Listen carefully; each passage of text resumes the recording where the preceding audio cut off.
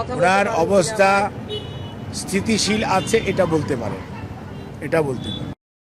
খালেদা জিয়া এবার কেয়ার হসপিটালে চিকিৎসাধীন আছেন এবং গত 27 তারিখ থেকেই উনি ক্রিটিক্যাল কেয়ার ইউনিটে চিকিৎসাধীন আছেন এবং ওনার চিকিৎসার বিষয়ে কয়েকদিন পূর্বে মেডিকেল বোর্ডের পক্ষ থেকে একটি মেডিকেল রিপোর্ট আপনাদের জনগণের যে আকাঙ্ক্ষা ওনার জানার, সেই জন্য ওইটি আমাদের ডাক্তার সাহেব সেটি উপস্থাপন করেছিলেন। কাজেই সেই মেডিকেল বোর্ডে মোটামুটি এথিক্যালি যেটুকু একজন রোগীর চিকিৎসার যায় সেই অনুযায়ী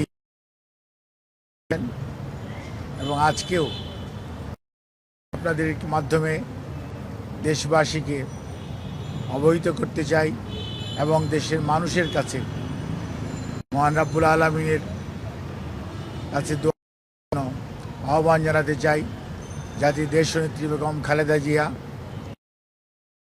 মানুষের অকুণ্ঠ ভালোবাসা, শ্রদ্ধা এবং দোয়ায় আল্লাহ রাব্বুল আলামিনের অশেষ রহমতে আবারও সুস্থ হয়ে বাংলাদেশের রাজনীতি তথা বাংলাদেশে ওনার যথাযথ ভূমিকা রাখতে পারেন সেই আহ্বান। আপনাদের জানার আগ্রহ আছে যে এই মুহূর্তে ওনার শারীরিক অবস্থা কেমন। এই মুহূর্তেও দেশনেত্রী বেগম খালেদা জিয়ার শারীরিক অবস্থায় ছিল, অর্থাৎ যেভাবে আমি কয়েকদিন আগেও আপনাদেরকে বলেছিলাম যে ওনার চিকিৎসা মেডিকেল বোর্ড, ওনার মেডিকেল বোর্ড একটি যে বাংলাদেশের কয়েকজন ডাক্তার, ঠিক তা না, তাদের নাম বলেছি, আজকেও হয়তো পরে বলে দিই। এখানে বাংলাদেশ, ইউকে এবং United states as well as অস্ট্রেলিয়ার চিকিৎসকদের সমন্বয়ে গঠিত একটি মেডিকেল বোর্ড। সেই বোর্ড প্রতিদিন সকালবেলা ওনার স্বাস্থ্য পরীক্ষা করেন এবং ওনারা এখানে আলোচনা করেন, কিন্তু যেহেতু টাইম ডিফারেন্স আছে সেজন্যই প্রতিদিন আবার সন্ধ্যা মাল্টিডিসিপ্লিনারি যে মেডিকেল টিম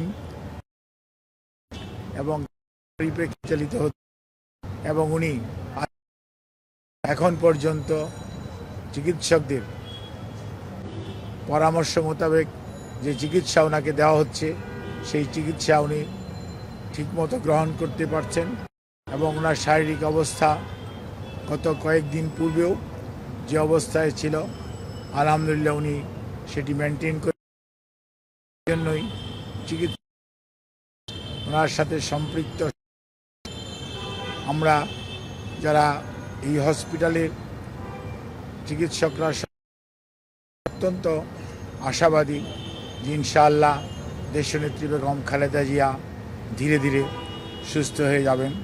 তারপরেও মনে রাখতে হবে ওনার যে অসুস্থ, যে বয়সের চেয়ে বেশি ওনার যে অসুস্থতা এবং ওনাকে পরিকল্পিতভাবে যেরকম অসুস্থ অবস্থার মধ্যে বিগত সময়ে ঠেলে দেওয়া হয়েছে, চিকিৎসাভাবে দেওয়া যায়নি অথবা দিতে দেওয়া হয়নি, সেই কারণেই ওনার শারীরিক জটিলতা মারাত্মক রকম বেড়ে গিয়েছে। এবার উনি বেশি সময় পার করছেন।